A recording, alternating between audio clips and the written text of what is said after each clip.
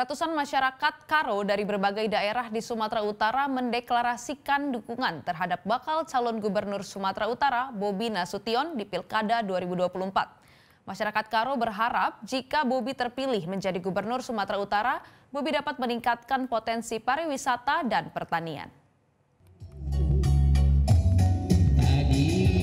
Ratusan masyarakat yang tergabung dalam Karo Raya menggelar deklarasi dukungan terhadap Wali Kota Medan Bobi Nasution untuk menjadi bakal calon gubernur Sumatera Utara di Tugu Guru Patimpus Kota Medan.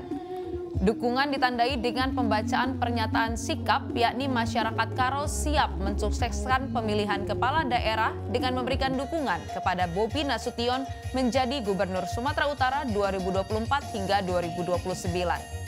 Warga berharap jika menantu Presiden Jokowi menjadi gubernur Sumatera Utara akan dapat menjadikan Sumatera Utara yang lebih baik, khususnya dalam memperbaiki infrastruktur jalan di Tanah Karo.